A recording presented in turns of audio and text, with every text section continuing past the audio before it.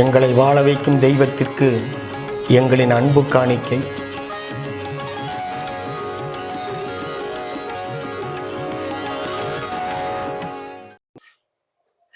அனைவருக்கும் வணக்கம். இப்ப நம்ம இந்த பேட்டியில ஒரு ஆளுமை மிக்க மிகப்பெரிய ஒரு விஐபி நம்ம சந்திக்க போறோம். அவர் யார் தெரியுங்களா? அவர் யாருன்னு இப்ப நீங்களே சொல்லுவீங்க பாருங்க. தர்மம் தலை காக்கும், தக்க சமயத்தில் உயிர் காக்கும். இப்ப தெரியுமே யாருன்ட்டு? நீங்க நினைச்சது கரெக்ட் தான்.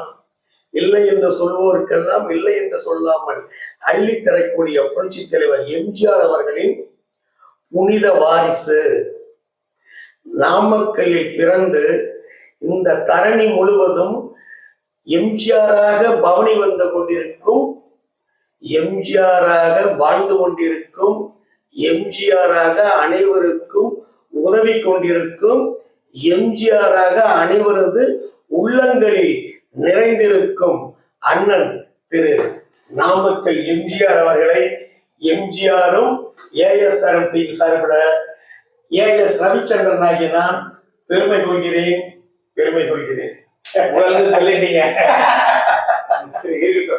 அதாவது இந்த பெருமையாகவும் புரட்சி தலைவருக்கே சேரும். இப்ப நான் எனது பாணியில உலகெங்கிலும் லட்சக்கணக்கான கோடிக்கணக்கான புரட்சி தலைவர் ரசிகர்களுக்கு இடையே வணக்கங்கள். எம்ஜிஆரும் ASR TV, அதாவது நம்ம ரவிச்சந்திரன் எனக்கு கிட்டத்தட்ட 50 ஆண்டு காலமாக எங்க தெரு பக்கத்து தெரு. இப்ப நாமக்கல்ல என் வீட்டுல இருந்தா இந்த பேட்டியை நான் கொடுக்குறேன். செல்ல பிள்ளை, என்னை பொறுத்த வரைக்கும் ஒரு செல்ல பிள்ளை. இன்னைக்கு 2 ஸ்கூலுக்கு ஒரு முக்கியமான ஒரு விஷயம். அதாவது இந்த புக்கு ஒரு புக்கினுடைய விலை 250 ரூபாய். இந்த புக்கு கிட்டத்தட்ட 2 ஸ்கூல்ல சேர்ந்த ஒரு 100 பேருக்கு இன்னைக்கு நான் கொடுத்தேன். இதை கொடுத்தது, இதுக்கு ஸ்பான்சர் பண்ணது யாருன்னா நமக்கு சிங்கப்பூர்ல ஹரிகிருஷ்ணா ப்ரொடக்ஷன் என்னை வச்சு ரெகுலரா ப்ரோக்ராம் நடத்துறோம். அவருடைய பாஸ் பான்லி மிஷனரி பிரைவேட் லிமிடெட், இவங்க சார்பில் இந்த 2 ஸ்கூல் துவக்கப்பள்ளி, உங்களுக்கு தெரியும், நம்மாழ்வார் துவக்கப்பள்ளி, அரசு துவக்கப்பள்ளி 2 ஸ்கூல். இப்ப இந்த புக்கை பத்தி ஒண்ணு சொல்லணும்னா, 1ஆம் கிளாஸ் 2ஆம் கிளாஸ் படிக்கிற பிள்ளைங்களுக்கு அறிவு வளர்ச்சி, இது பெரிய விஷயம். இது மிகப்பெரிய அளவுல இது ரீச்சபிள் ஆகும். இது எப்படின்னு சொல்ல தெரியல எனக்கு. மிகப்பெரிய அளவுல இது ரீச் குழந்தைங்களுக்கான அறிவு புகட்டக்கூடிய ஒரு விஷயம். இது நம்ம நகராட்சி துவக்கப்பள்ளி குழந்தைகளால வாங்க முடியாது.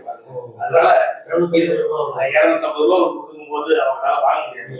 அதனால இது ஃப்ரீயா நாங்க கொடுத்தோம். கிட்டத்தட்ட நம்ம இந்தியன் பணத்துக்கு அவங்க 25,000 ரூபாய் வருமானம் இது இருக்கட்டும். இந்த மாதிரி ஏற்கனவே நிறைய இந்த தர்ம சிந்தனை ஏன் வந்தது, எதுக்காக வந்தது? புரட்சி தலைவர் காட்டிய வழி. புரட்சி தலைவர் அவர்கள் ஒவ்வொரு வினாடியும் ஏழைகளுக்காக உதவி செய்யலாம். அந்த எண்ணங்களே, அவருடைய எண்ணமே எப்படி உதவி செய்யலாம், ஏழை எளிய மக்களுக்கு நம்மளால என்ன செய்ய முடியும். அவருக்கு வசதி வந்த பிறகு, அந்த வசதிங்கிறத முதலமைச்சர் பதவி ஏற்றதுக்கு முன்னாடியே அவரு சினிமா படங்கள்ல நடிச்சு அவர் ஃபேமஸ் ஆகி ஒரு பணம் கை நிறைய அவர் கையில வரும்போது எதையுமே அவர் கையில வச்சுக்கல, அள்ளி கொடுத்தார். ஆனா அவரு ஆரம்ப காலத்துல சாப்பாட்டுக்கு இல்லாம அவங்க அம்மா அந்த சாப்பாட்டுக்கு கூட குழந்தைகளுக்கு போட முடியாதனாலதான் 7 வயசா இருக்கக்கூடிய புரட்சி தலைவரையும் 9 வயசு 10 வயசு இருக்கக்கூடிய சக்கரபாணி அவர்களையும் நாடகத்துக்கு அனுப்புறாங்க. நல்லா நினைச்சு பாருங்க. நான் பல மேடையில் சொல்லியிருக்கேன். புரட்சி தலைவர் அவர்கள் ஒரு 7 வயசு குழந்தை தாயை விட்டு பிரிஞ்சு நாடகத்துக்கு அனுப்பும் போது அவர் சந்தோஷமா போயிருப்பாங்களா? அவங்க எவ்வளவு வேதனைப்பட்டிருப்பாங்க. அம்மா, நான் பசிக்குதுன்னு சொல்ல மாட்டோமா, உங்ககிட்ட நான் அழுக மாட்டோமா, எனக்கு நான் உங்களோட இருக்கணுமான்னு கெஞ்சுறாரு. அவங்க இவ்வளவு கனத்த இதயத்தோட சத்தியாகமா அவர்கள் அந்த குழந்தைகளை அனுப்பிச்சாங்க. ஆனா அவங்க மட்டும் நாடகத்திற்கு அனுப்பவில்லை என்றால் புரட்சி தலைவர் அவங்க கிடைக்க மாட்டார். ஏன்னா எந்த குழந்தையும் நல்ல குழந்தை தான் மண்ணில் பிறக்கையிலே, அவர் நல்லவராவதும் தீயவராவதும் அன்னை வளர்ப்பது. அவங்க ஒரு முடிவு எடுத்தாங்க, பாசத்தை விட்டு கொடுத்தாங்க. அந்த குழந்தை செல்வங்கள் சாப்பிட்டா போதும் அப்படிங்கிற நல்ல எண்ணத்தோட தன்னுடைய பாசத்தை விட்டு கொடுத்தாங்க. அந்த குழந்தைங்க அண்ணனுடைய அரவணைப்பு இல்லாமல் ஒரு நாடக கம்பெனியில போய் சேர்ந்து அந்த அவங்களுக்கு அதுல கலைகள் கற்று நமக்கு இருப்பதை கொண்டு சிறப்புடன் வாழும் இலக்கணம் படித்தவன் தொழிலாளி ஒரு படத்துல பாடுற மாதிரி புரட்சி தலைவருக்கு என்ன கிடைச்சதோ அதை அவரு பயன்படுத்தி அந்த நாடக கலையை சிறப்பா கத்துக்கிட்டு அதன் மூலியமாக சினிமா சான்ஸ் உடனே கிடைச்சதா இருக்கு. முதல் படம் பாதியில எடுத்துட்டு இருக்கும்போது இவரு அன்பிட்டு தேவையில்லை நிறுத்திட்டாங்க. சாயான்னு அந்த படத்துக்கு உங்களுக்கு நீங்க ஏற்கனவே சொல்லியிருக்கீங்க. அப்ப அந்த மாதிரி ஒரு சோதனைக்கெல்லாம் தாண்டி வேதனையும் சோதனையும் கஷ்டப்பட்டு அனுபவிச்சு சாதனை படைத்த ஒரு மனிதன் தர்மத்துக்கு அதான் தர்மம்ங்கிற சொல்லுக்கு அடுத்த பேர் புரட்சி தலைவர். அப்ப அவருடைய வழியில நம்ம எல்லாம் இந்த மாதிரி ஏழை எளிய மக்களுக்கு எவ்வளவோ நம்ம செய்யணும். இது ஒரு பகுதி. ஆனா நம்மளை போல எல்லாமே அந்த கொடுக்கணுங்கிற எண்ணத்தை மக்களுக்கு நம்ம உருவாக்கிட்டோம்னா புரட்சி தலைவர் பண்ண இருப்பதை எல்லாம் பொதுவில் வைத்தாலே எடுப்பவர் யாரு? அப்போ நான் ஏற்கனவே அதான் இதுவும் நான் எக்கனாமிக்ஸ் படித்தேன்.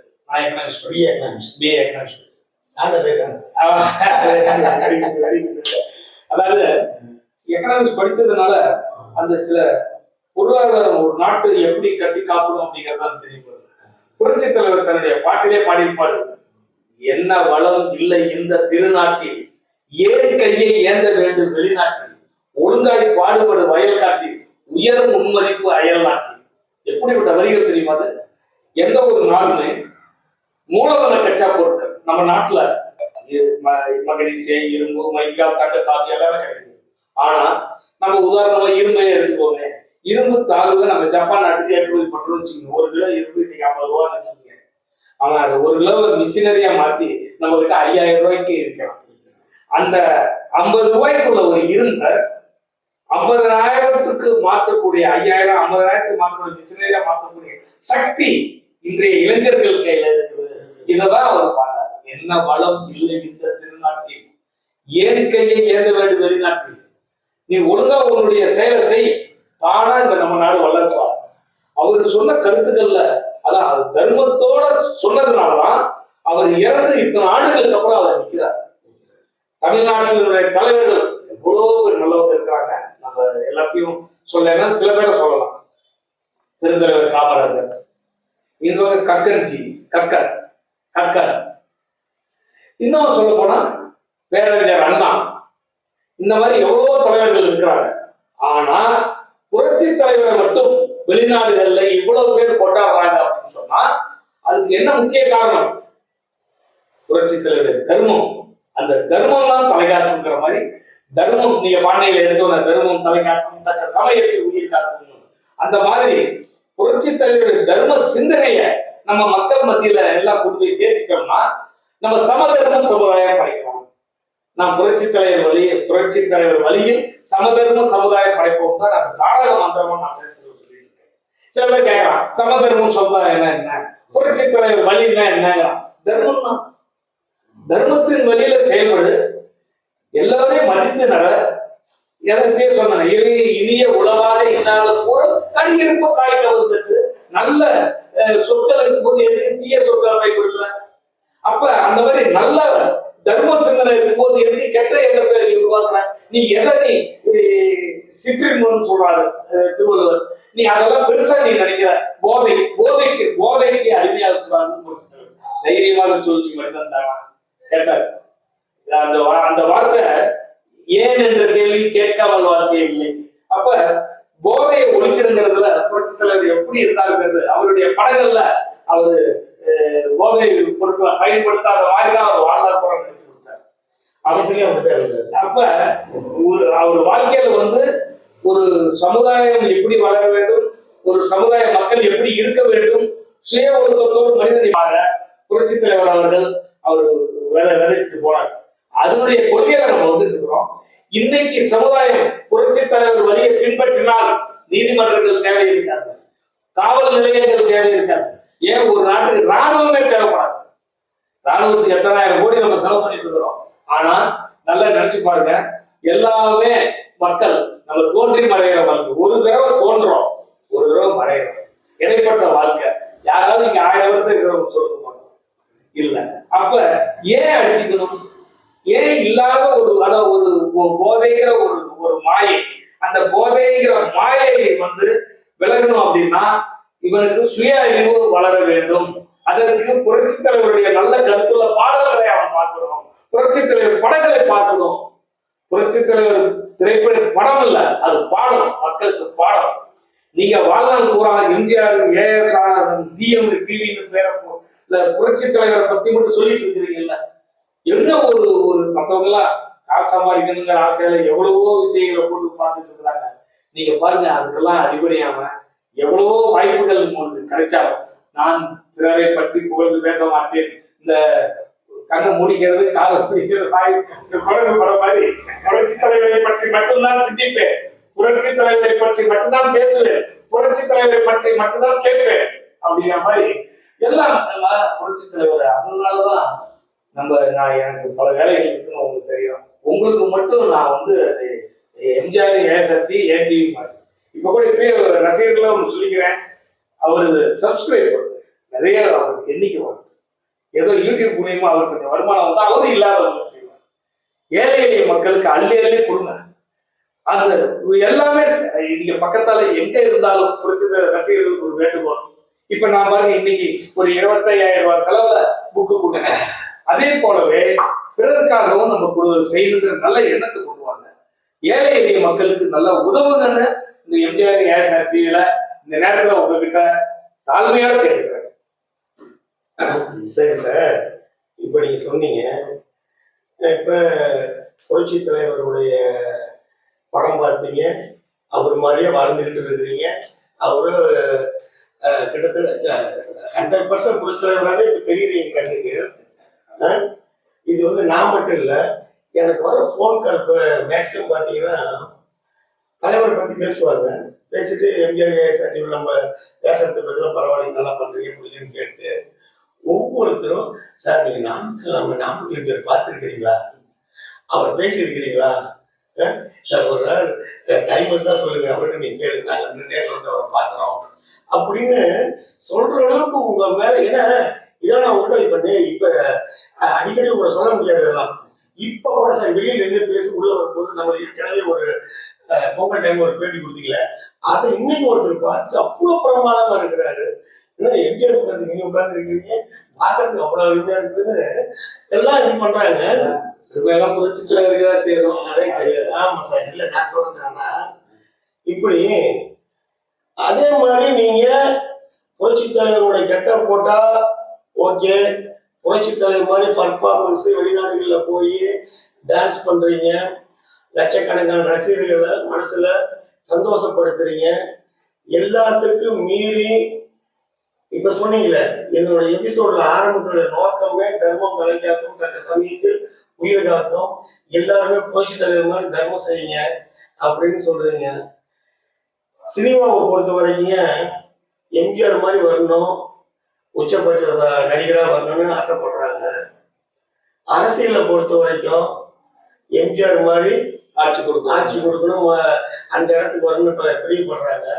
நீங்க சொன்ன மாதிரி எம்ஜிஆர் மாதிரி எல்லாத்துக்கும் வாரி வழங்கணும், எல்லாத்துக்கும் அள்ளி கொடுக்கணும் அப்படின்னு. இப்ப எம்ஜிஆரை பத்தி நம்ம எடுத்துக்கிட்டோம், யூடியூப்லயும் சரி புக்லயும் சரி எதுல எடுத்துக்கிட்டா எங்க பாரு எம்ஜிஆர் அவருக்கு அதை செஞ்சாரு, இவருக்கு செஞ்சாரு, அந்த கண் இல்லாதவங்களுக்கு கண் கொடுத்தாரு, கால் இல்லாதவங்களுக்கு கால் கொடுத்தாரு, பெண்களுக்கு இலவசத்தை கொடுத்தாரு. இப்படி ஏகப்பட்ட பேரை சின்ன வயசுல ஒரு புட்டு கடையில ஒரு புட்டு கடை வாங்கி சாப்பிட்டதுக்கு கிட்டத்தட்ட 20 வருஷம் கழிச்சா நம்ம வீடு கட்டி கொடுத்து அவங்க பணம் தான் கொடுக்குறாங்க. இப்படி எல்லாம் வந்துகிட்டு இருக்குது. இப்படிப்பட்ட மனிதர்கள் இந்த காலத்துல இருக்கிறாங்களா சார்? எனக்கு இது ஒரு கேள்வி. ஏன்னா அப்படி இருந்தா இப்ப ஏன் தெரியுங்களா, நான் இப்ப நீங்க சொன்ன மாதிரி எதுக்கு இந்த கேள்வி நான் கேட்கறேன்னா, நான் இப்ப எம்ஜிஆர், ஏஎஸ்ஆர் டிவில பேசுறது மெயினா புரட்சி தலைவர் செய்யுதுன்னா அரசியலுக்கே நாங்க வரல. புரட்சி தலைவருடைய அரசியலுக்கே நான் வரல சார், நான் சொல்லிடுறேன், அரசியலுக்கே வரல. அவர் மற்றவங்களுக்கு உதவினார் பார்த்தீங்களா, தர்மப்படாது. அதைத்தான் நான் 90% பேசிக்கிட்டு இருக்கேன். இப்போ உங்ககிட்ட நான் அடிக்கடி நான் பேசுறதுக்கு இதுதான் காரணம். ஏன்னா நீங்க தர்ம சிந்தனை உள்ளதுனால உங்களை பேசுறேன். அப்படி புரட்சி தலைவர் வழியில அவரால் பலன் அடைஞ்சவங்களும் சரி, அல்லது அவரை அதுவும் அவரை பார்க்காத மனசுலயே கூட இன்னைக்கு எத்தனையோ பேர்லாம் நம்ம இதெல்லாம் பார்த்து அவங்க அந்த இதெல்லாம் பார்ப்பேன், இந்த கமெண்ட்ஸ் எல்லாம் கூட அவர் வாழ்ந்த காலத்துல நாங்கள் புரட்சியிலே கூட எத்தனையோ பேர் ஏங்குறாங்க. ஆனா இத்தனை பேருமே யாராவது ஒருத்தர் எம்ஜிஆர் மாதிரி இவங்களுக்கு நான் அதை பண்றேன், இவங்களுக்கு எதை செஞ்சேன், அப்படி செஞ்சேன், இப்படி செஞ்சேன்னு தலையை பிடிச்சி அவங்களுக்கு செய்யறாங்களா? அப்படி செய்யறவங்க யாராவது இருந்தா அவங்கள கூப்பிட்டு நம்ம பேட்டி எடுத்து உங்களை மாதிரி அவங்களே அவங்க பக்கத்துல நானும் உட்கார வச்சு ஒரு பேட்டி எடுக்கலாம்னு ஆசைப்படுறேன். அந்த மாதிரி ஆட்கள் இருக்கிறாங்க இல்லையா எனக்கு தெரியல. ஆனா நீங்க உங்களுக்கு தெரிஞ்சா சொல்லுங்க சார், அவங்க யாராவது இருக்கிறாங்கல்ல? ஏன்னா எனக்கு எம்ஜிஆருக்கு காரணம் நான் யாரும் இல்லைங்கிற மாதிரி எனக்கு கடைசி எம்பிக்கா நான் வந்து நீங்க சொல்லுங்க வேண்டாம். சொல்லுங்க. புரட்சி தலைவர் வழியில ஐஸ்வரி கணேஷ் அவர்கள் சரி புரட்சி தலைவருடைய மந்திரி சபையில அவங்க அப்பா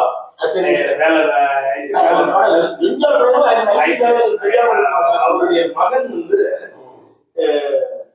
கோடிக்கணக்கில் ஏழை. அது ஒரு உதாரணத்துக்கு வேணா ஒன்று சொல்றேன். ஏன்னா இந்த எபிசோட்ல நீங்க ஒரு வார்த்தை சொல்லிட்டீங்க, புரட்சி தலைவர் போல என்ன பொறுத்த வரைக்கும் 2 பேர். அதுல முதலாவதாக ஐஸ்வரி கணேஷ் அவர்கள். உதாரணமா வெற்றி தொழிலாளர்கள் இருக்காங்க, உங்களுக்கு ஆயிரக்கணக்கில் இருக்காங்க.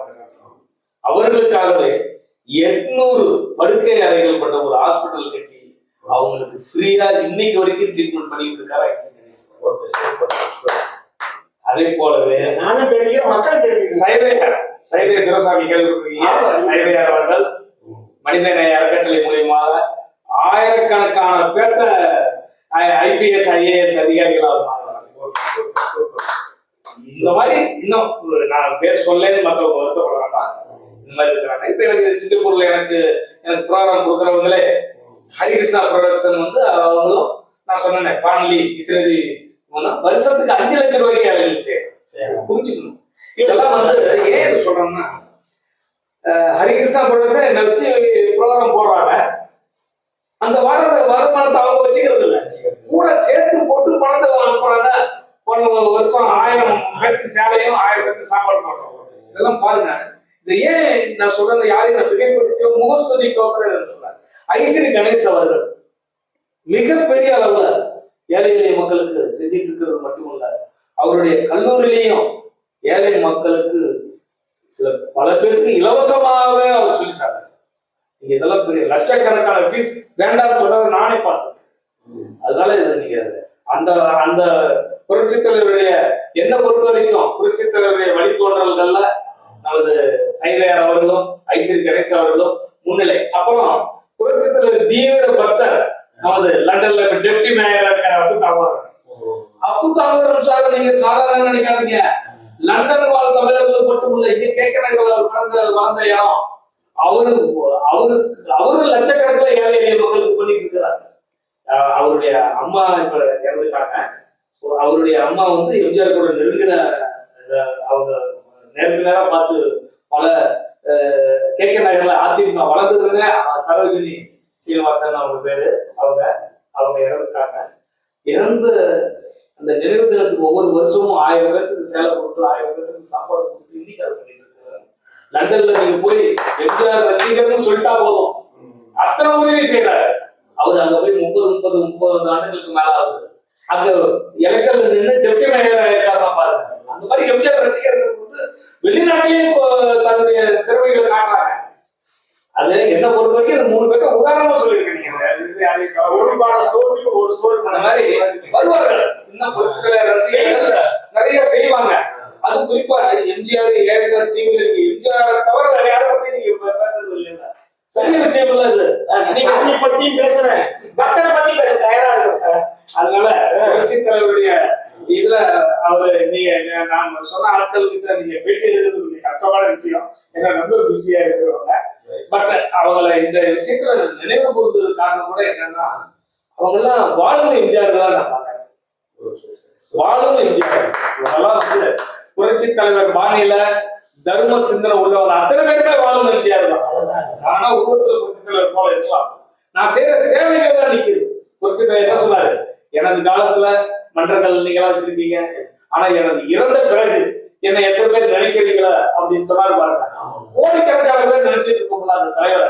எதுக்காக நினைக்கிறோம்? தர்மம் தர்மம் தர்மம். அதுதாங்க ஏழை எளிய மக்களுக்கு அவர் அள்ளி கொடுத்தாரு பாருங்க. அந்த ஒரே ஒரு விஷயம் தான் நிக்குது.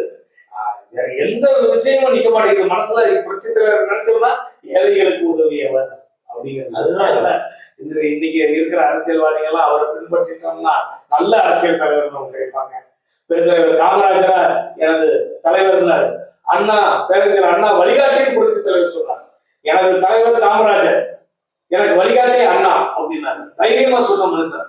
அதனால அவர் சொன்ன பெருந்தலைவர் காமராஜர் என்ன சாதாரண சத்துணவு திட்டம், மதிய உணவு திட்டம், அதுதானே விரிவுபடுத்தினார் புரட்சி தலைவர். இன்னைக்கு அத்தனை குழந்தைகளும் வயிறார சாப்பிடுது அப்படின்னா சாதாரண விஷயமா நினைச்சு பாருங்க. அதே மாதிரி புரட்சி தலைவருடைய பேரை உச்சரிக்காமல் யாரும் அரசியல் நடத்த முடியாதுங்கிறதுக்கு கலைஞர் கருணாநிதி அவர்களே உதாரணம். என்னடா அரசியல் பேசுறதுன்னு நினைக்காதீங்க. புரட்சி தலைவர் 1984 உடம்பெல்லாம் படுத்திருக்காரு. எனக்கு ஓட்டு போட்டு முதலமைச்சர் பதவி கொடுங்க, புரட்சி தலைவர் உயிரோட வந்து அவர்கிட்ட பதவி கொடுத்தாரு. இதை விட ஒரு மனிதன் எதிர்கட்சி தலைவர் வாயில பொதுமக்கள்கிட்ட புரட்சி தலைவர் வந்தா நான் முதலமைச்சர் பதவி அவர்கிட்ட கொடுக்குறேன், எனக்கு ஓட்டு போடுங்கன்னு சொன்ன முதலமைச்சர் யாரா இருக்காங்களா? அப்ப புரட்சி தலைவருடைய மக்கள் செல்வாக்கு என்ன? அவருடைய செல்வாக்கு, அவருடைய புரட்சி தலைவருடைய ஆளுமை யாருமே ஈக்கம். கட்சி தலைவருக்கு அவர் நேரடியாக அவர் திட்டுன்னு போறவங்க கூட அவர் மூஞ்ச பார்த்தா கால விட்டுருவாங்க. அது ஒரு வசீகரமான முகம். நல்லவர், நல்ல மனிதர். அதான் சொன்ன ஏழை எளிய மக்களுக்காகவே வாழ்ந்து சென்ற ஒரு தலைவர். அவர் உடல் தான் மறைந்தது, அவருடைய எண்ணங்கள் மறையவில்லை. அவருடைய உருவங்கள் இன்னைக்கு நம்ம திரைப்படத்துல பார்த்துருக்கோம். அதை நான் ஞாபகப்படுத்திருக்கல, இன்னைக்கு வரைக்கும் நான் ஞாபகப்படுத்துறேன். என்னை எத்தனை பேர் என்னை கிட்ட வச்சான், நீ எல்லாம் ஒரு எம்ஜிஆர் தான். இன்னைக்கு அவெல்லாம் நான் என்னைக்கு பல நாடுகள் போக ஆரம்பிச்சனும், அந்த நாட்டு மக்கள் புரட்சி தலைவர் மேல வச்சிருக்கிற பாசம், வெறி நான் நேரடியாக பார்த்தவர் தான் சொல்றேன். புரட்சி தலைவர் இந்த பூமி உலகம் உள்ளவரை அவருடைய புகழ் மங்காது. அதே மாதிரி எம்ஜிஆர் ஏஎஸ்ஆர் தீனியும் அழியாது, சாதாரண விஷயம் இல்ல. ஏன்னா புரட்சி தலைவரை வழிநடத்தி அவரை நமது ஆசானாக ஏற்று நம்ம வழிநடத்தி சென்று கொண்டிருக்கிறோம் மக்கள். அந்த மக்கள் பூராமே புரட்சி தலைவர் பக்கம் வரத்துக்கு வெகு தூரத்தில் இல்ல. புரட்சி தலைவர் ஒரு ஞானி, யோகி, சித்தர். அவர் புத்தரின் மறுவாரிசு, இயேசுநாதர் மறுபிறவி, நபிகள் நாயகத்தின் மறுபிறப்பு, நமது ஆதிபராசக்தியுடைய மறு உருவம், சிவனுடைய உருவம், என்ன வேணாலும் சொல்லுங்க. அத்தனையும் கலந்த கலவைதான் புரட்சி தலைவர். நான் இந்த இடத்துல உங்க டிவியில எம்ஜிஆர் ஏஎஸ்ஆர் டிவியில நான் இதை பதிவு செய்ய விரும்புறேன்.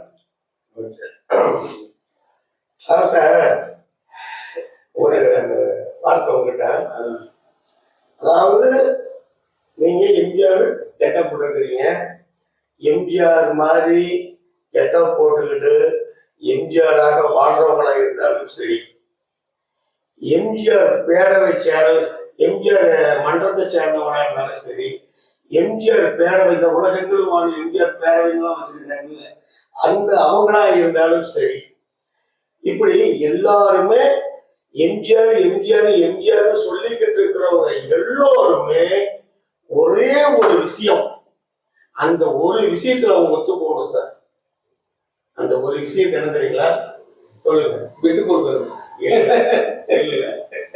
இதெல்லாம் நீங்க எம்ஜிஆர் என்ன செஞ்சாரோ அதான் சொல்லிட்டு தர்மம்லாம்.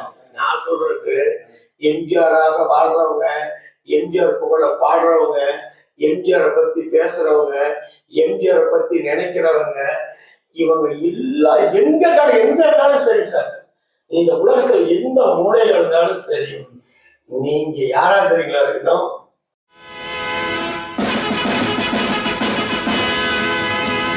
சார் இப்போ எத்தனையோ படங்கள் ரிலீஸ் படங்கள் இன்னைக்கு காலகட்டத்தில் புது புது நடிகர் படமா வருதுல்ல, வந்து இந்த இரண்டாவது வெற்றிகரமான 2வது நாள், வெற்றிகரமான 5வது நாள்னு சொல்லுது.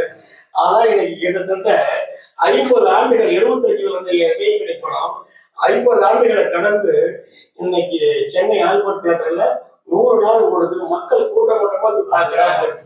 அதாவது புரட்சி தலைவருடைய அந்த ஒரு சாதனைய யாருமே முடியணும்னு சொல்றேன். நீங்க இது சொல்லிட்டீங்க, டிக்கெட் 25 பைசா வித்த காலத்திலேயே 1 கோடி ரூபாய்க்கு வசூல் பண்ண படம் முதல் படம் மதுரை வீரன். அதுக்கு அடுத்து புரட்சி தலைவர் தான் சாதனை, அதுக்கு அடுத்து நாடோடி மன்னர். நினைச்சு பாருங்க, 30 பைசா டிக்கெட் 25 பைசா டிக்கெட்ல 1 கோடி சாதனை பண்ண ஒரு மனிதர். இன்னைக்கு என்ன சொல்றாங்க, 200 கோடி சம்பளம் ஆகாது, 300 கோடின்னு. அந்த கணக்கு பார்த்தா 1000 கோடி சம்பளம் அவர் வாங்கலாம். அதனால அவருடைய படங்கள் படம் அல்ல, பாடம், மக்களுக்கு பாடம். புரட்சி தலைவருடைய நல்ல கருத்துள்ள பாடல்கள் மக்களுக்கு பாடம். லவ் சாங் விட்டுருங்க, நான் சொல்றது கொள்கை பாடல்கள், தத்துவ பாடல்கள். தாய் மேலானை, தமிழ் மேலானை, குருடர்கள் கண்களை திறந்து வைப்பேன், தனியானாலும் தலைவோனாலும் தீமைகள் நடப்பதை தடுத்து உன்னை அறிந்தால் நீ உன்னை அறிந்தால் மாபெரும் சமைதனில் நீ நடந்தால் உனக்கு மாலைகள் வேண்டும், ஒரு மாற்று குறையாத மன்னவன் இவன் என்று போற்றி புகழ வேண்டும். கண் போன போக்கிலே கால் போகலாமா, என்னது நீ பார்த்த பார்வைகள் கனவோடு போகும், நீ சொன்ன வார்த்தைகள் காற்றோடு போகும். எவ்வளவு தத்துவம், எவ்வளவு வந்து ஏன் என்ற கேள்விக்கு கேட்காமல் வார்த்தை இல்லை. பெரிய பெரிய புரட்சி தலைவருடைய கருத்துள்ள அந்த விஷயங்கள் எல்லாமே. அது மட்டும் இல்ல, போதை ஒழிப்பு. அவர் மாதிரி போதை, அவர் எந்த படத்திலேயாவது போதை வசம் பயன்படுத்தி நம்ம பார்த்துக்கோமா? அப்ப அந்த மாதிரி ஒரு நல்ல மனிதர்னாலதான் அவர் படம் இன்னைக்கு 200 நாள் ஓடிட்டு இருக்காங்க. இன்னும் கூட ஒரு வருஷக்கணக்கில் ஓட்டலாம். இனிமேல் இது மற்றவங்க சொல்ற மாதிரி 1 நாள் 2 நாள் 3 நாள் ஓட்டா போயிட்டு நினைக்கிறாங்க. அதனால புரட்சி தலைவர் சாதனைய யாராலும் முறியடிக்க முடியாதுன்னு இந்த எம்ஜிஆர் ஏஎஸ்ஆர் சொல்லிக்கிறேன். இதை அன்போட எல்லாம் இவ்வளவு பேருக்கு நீங்க கவனிச்சு பார்த்ததுக்கு எனது சார்பும் உலகத்தில் வாழ லட்சக்கணக்கான கோடிக்கணக்கான புரட்சி ரசிகர்கள் சார்பும் எனது பணிவான வணக்கத்தை தெரிவித்து விடைபெறுகிறேன். வணக்கம். என்னங்க, எம்ஜிஆர் சாரோட பேட்டி ஒவ்வொன்றும் சும்மா, அவருடைய பேச்சு ஒவ்வொன்றும் சும்மா கணீர் கணீர் கணீர்னு நம்மளுடைய உள்ளங்களை அப்படியே நிறைய வச்சிருச்சு இல்ல? அப்படிதானே? ரைட். சாரு இவ்வளோ பிஸி ஷெட்யூல் கிடையுமே நமக்காக டைம் ஒதுக்கி அதை சொல்லிட்டா பாருங்க. எம்ஜிஆர் ஏஎஸ்ஆர் டிவி என்னது அப்படின்னு சொல்ற வார்த்தை எவ்வளவு பெரிய வார்த்தை தெரியுங்களா? அதனால தொடர்ந்து இது போன்ற அடிக்கடி சார் நமக்கு எம்ஜிஆர் ஏஎஸ்ஆர் டிவிக்கு எவ்வளவுதான் அவருடைய வேலைகள் பல அதிகமா இருந்தாலும் நமக்காக நேரம் ஒதுக்கணும். புரட்சி தலைவருக்கு நமக்கு தெரியாத பல கருத்துக்கள் பாருங்க, எவ்வளவு கருத்துக்கள் சொல்றாரு.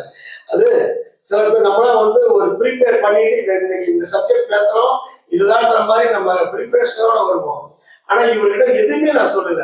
சார் ஒரு பேட்டின்னு சொன்னோம், சும்மா கடை அப்படியே ஆற்றுல பாக்கி வரக்கூடிய வெள்ளம் மாதிரி சும்மா ஆற்று ஊற்று மாதிரி வந்துகிட்டே இருக்குது. ஆக இந்த மாதிரி பேச்சுகள் தான் சார் புரட்சி தலைவருடைய புகழை என்னைக்குமே காத்துக்கிட்டு வருது. அந்த வகையில சாருடைய நமக்கு எம்ஜிஆர் ஏஎஸ்ஆர் டிவிக்கு நாமக்கல் எம்ஜிஆர் அவர்கள் அந்த பேட்டிக்கு உண்மையாலும் நான் அவரை தலைவணங்கி, மேலும் இது போன்ற எங்களுக்கு மக்கள், அதாவது எம்ஜிஆர் ஏஎஸ்ஆர் டிவி நேயர்களுக்கு பேட்டிகள் தரணும் அப்படின்னு கேட்டு லைக் பண்ணுங்க, ஷேர் பண்ணுங்க, கமெண்ட் பண்ணுங்க. மறக்காமல் எம்ஜிஆர் ஏஎஸ்ஆர் டிவி சப்ஸ்கிரைப் பண்ணுங்க. சரிங்க சார், எம்ஜிஆர் கிட்ட கேட்க கூடாத ஒரு கேள்வியை உங்ககிட்ட நான் கேட்க போறேன். ஏன்னா இந்த கேள்வி யாருக்கு வேணாலும் கேட்கலாம், ஆனா எம்ஜிஆர் கிட்ட கேட்கக்கூடாது. அந்த கேள்வி உங்ககிட்ட கேட்கலாம். கேளுங்க, என்னால முடிஞ்சா சொல்லிட்டீங்க. கேட்க கூடாது தெரியல, சொல்லுங்க. நீ எந்த கட்சி சார்?